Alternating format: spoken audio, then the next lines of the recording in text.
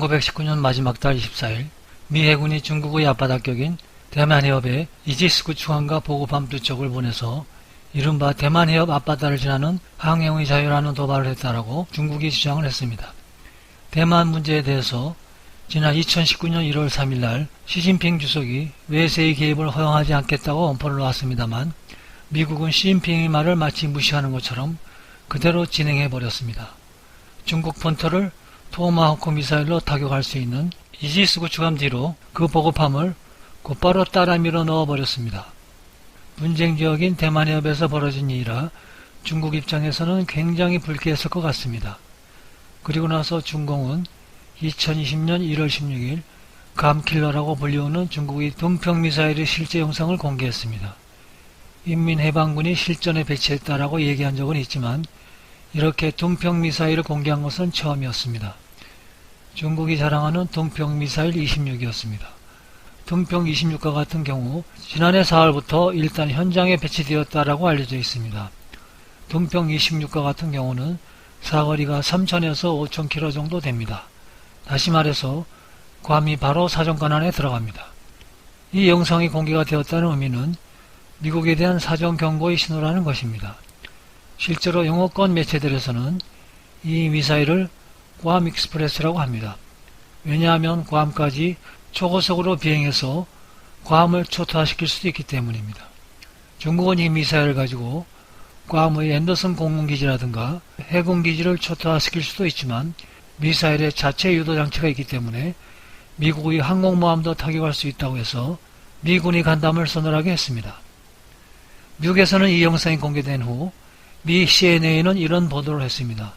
무슨 소리냐? 아직 지구상에서 위치 제어를 통해 움직이는 항공모함이나 전함을 격추시키는 미사일을 개발한 나라는 아직 없다라고 말하면서 마 10에서 12 정도의 속도로 발사되는 미사일이 움직이는 항모나 전함을 정확하게 맞출 수 있다라고 하는 것은 이론적으로는 좀 불가능하다라고 말하고 있습니다. 하지만 중국은 여전히 둥평 26으로 미국의 항공모함을 명중시킬 수 있다고 주장하고 있습니다. 그러나 현존하는 초음속 미사일을 미군 입장에서 막을 수 있냐는 것이 의문입니다. 전문가의 주장으로는 일부는 막을 수 있지만 일부는 막을 수 없다라고 말합니다.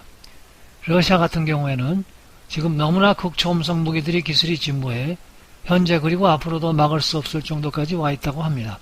중국도 2019년 10월 1일 군사열병식 때 공개한 둥평 17도 마 5에서 10 정도의 극초음속을 가지면서 불규칙한 움직임을 하는 미사일입니다.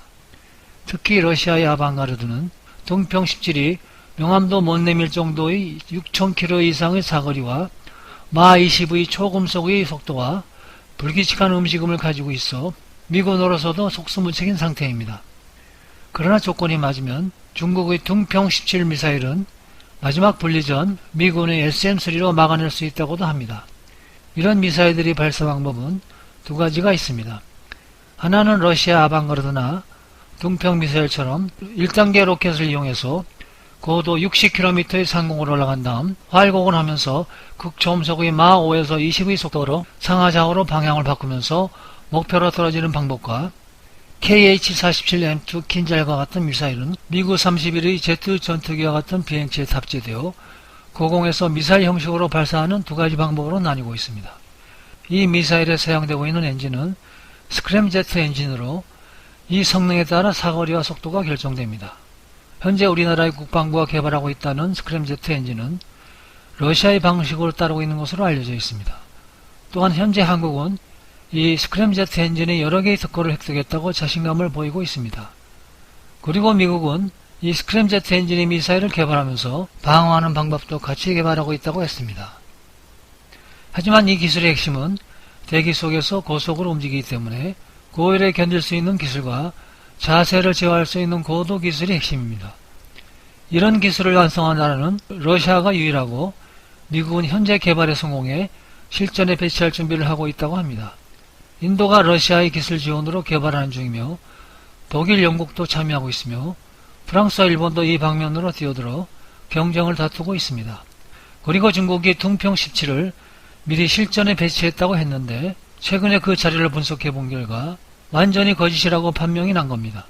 서방 정보기관에서 또 중국의 스크램제트 엔진을 분석해 본 결과 최근에서야 실험을 통해서 스크램제트 엔진을 10분 동안 가동하는 데 성공했다는 것입니다. 그러니까 둥평 17이 실전에 배치됐다고 할 때는 길어봐야 1분 20초의 이런 단위에서 가능했다고 합니다. 그러니까 원래 둥평 17이 사거리가 1400km이며 속도가 마하 10이었다고 하니까 스크램제트 엔진 가동 시간은 최소한 약 7분 정도가 나와야 하는데 지금이 되어서야 겨우 10분이 완성됐다는 것입니다. 그런데 기껏해야 10분 정도 가동했는데 그게 지상에서 실행된 것이라는 겁니다. 지상에서 가동되었다고 해도 공중에서 가동됐다는 것과는 다른 것이라고 합니다. 비행 조건이 다르기 때문에 여러가지 부품이 작동을 하지 않을 수 있다고 합니다.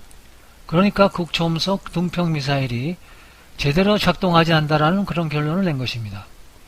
미국은 이런 정보를 다 확인한 후 대만 해협의 항모와 이지스함을 밀어넣고 아메리카급 상륙함을 중국 항모 앞에 밀어넣고 있으며 남중국해 중국기지를 탈취하는 공수훈련을 하고 있는 중입니다. 이런 상황에 긴장한 중국은 미국 이런 행동의 보복으로 며칠 전 남진해로 미사일을 발사했습니다. 미국 U2 정찰기가 산둥반도 부근 보하이만 비행금지구역을 침범했다는 반발로 보입니다. 한 발은 항공모함 킬러로 불리우는 둥평 26 탄도미사일입니다. 사거리가 무려 4000km인 점을 이용해 내륙 깊숙한 수렁에서 발사했습니다. 또 다른 항대공 미사일 둥평 21은 저장성 쪽에서 발사되었습니다. 최근 남중국해에서 훈련에 나섰던 항공모함을 겨냥한 강력한 경고인 셈입니다. 그런데 아주 최근 중국의 둥평 26 탄도미사일이 잔해로 추정되는 사진이 유출됐습니다. 중공이 며칠 전 남진해로 발사했다는 미사일 중 하나로 보입니다. 8월 25일 광일성 동남용 창정전이 이주민들에게 공표된 긴급 통지문입니다. 통지문에서는 다음날 아침 7시까지 전 주민은 안전한 곳으로 대피하라고 되어 있습니다. 낙하 지점을 피해 동부로 피신하거나 집에서 나와 개활지로 대피하라는 지침입니다. 주택에서 20m 이상 떨어져야 하나 낙석이 발생할 수 있는 산기슭은 피하라고 적혀 있습니다. 낙하한 비행체의 잔해는 반경 5km로 흩어지는데 멋대로 사진을 촬영하는 금지한다고 되어 있습니다. 중국 항모킬러라는 둥풍 미사일을 발사한 직후 사우스 차이나 모닝포스트 같은 일본 매체는 두 발을 발사했다고 보도한 반면 블룸버그 NHK는 펜터곤 관계자들의 말을 이용해 사실은 4발이라고 보도했습니다. 실제 중공이 발사한 탄도미사일은 4발입니다. 펜타곤 관계자들은 중공이 발사되는 정확한 미사일 숫자는 물론 시사군도 하이난섬 어디에 떨어졌는지 정확하게 포착했다고 말했습니다. 그 가운데 2발은 중공 내륙에 떨어졌습니다. 미사일의 결합이 있는지 여부는 아직 밝혀지지 않고 있습니다. 다만 둥평 계열의 미사일이 항모를 정확히 타격할 수 있는지에 대해서는 회의적인 견해가 지배적입니다. 하지만 미국은 이해 아랑곳 하지 않고 남중국해 인공섬의 건설에 참여한 24개 중국 국영기업을 제재 대상으로 올렸습니다. 남중국해 매립이나 군사기지에 관여한 중국인들이 미국 입국을 제한하기로 했습니다. 중국 정부는 근거가 없는 행포라고 비난했습니다만 양국이 팽팽히 맞서면서 추가 마찰도 우려됩니다.